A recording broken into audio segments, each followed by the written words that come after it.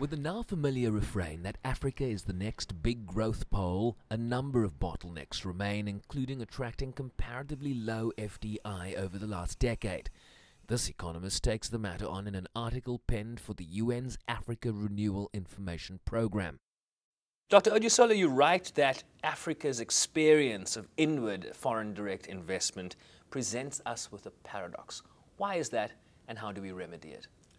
Foreign direct investment is considered to be a paradox in Africa because conventional theory shows that investment goes to where the rate of return is highest. And Africa is considered to be the highest of all the regions of the world, generating about close to over 11% as a rate of return compared to the world average of about 7%. But if you look at the volume of FDI in Africa in terms of net, it's just about 1.87%.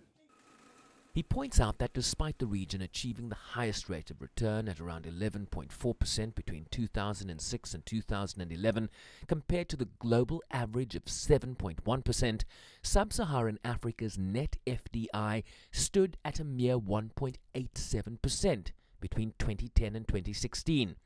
Europe comparatively attracted over 30%, East Asia and the Pacific over 26%, over 17% for North Africa, and 13.25% for Latin America.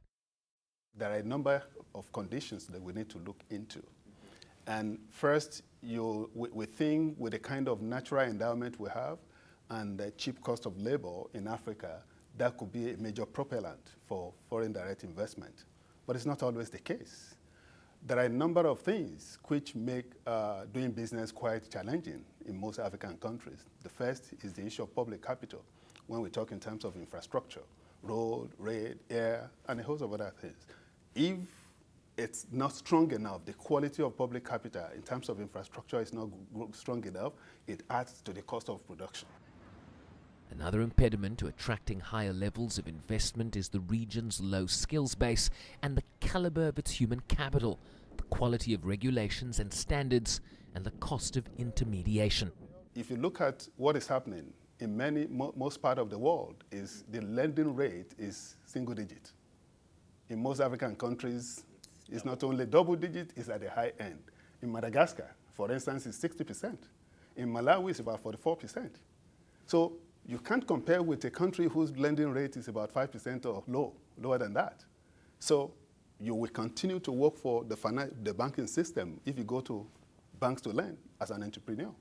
So that's one of the factors. So what are some of the obstacles facing a country like South Africa in particular? It's still having a lot of challenges when it comes to the issue of quality of labor. That's one of the areas we have to invest in. The skills issue. The skill issue. The skill issue. Because the South African economy is more sophisticated than the level of the educational system. What they need to do is getting those fundamentals right. You know that, okay, the issue of integrity matters. Once you introduce integrity, it increases what we call the credit rating. Once you increase what we call the, a kind of integrity in procurement process in South Africa, definitely is going to increase the credit rating of the country. Once you are able to do this and you ensure that the issue of corruption is reduced substantially, you'll see the way it's going to increase it.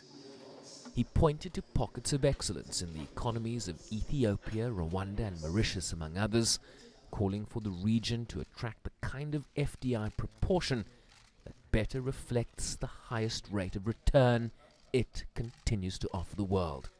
Sherwin Bryce-Pease, SABC News, New York.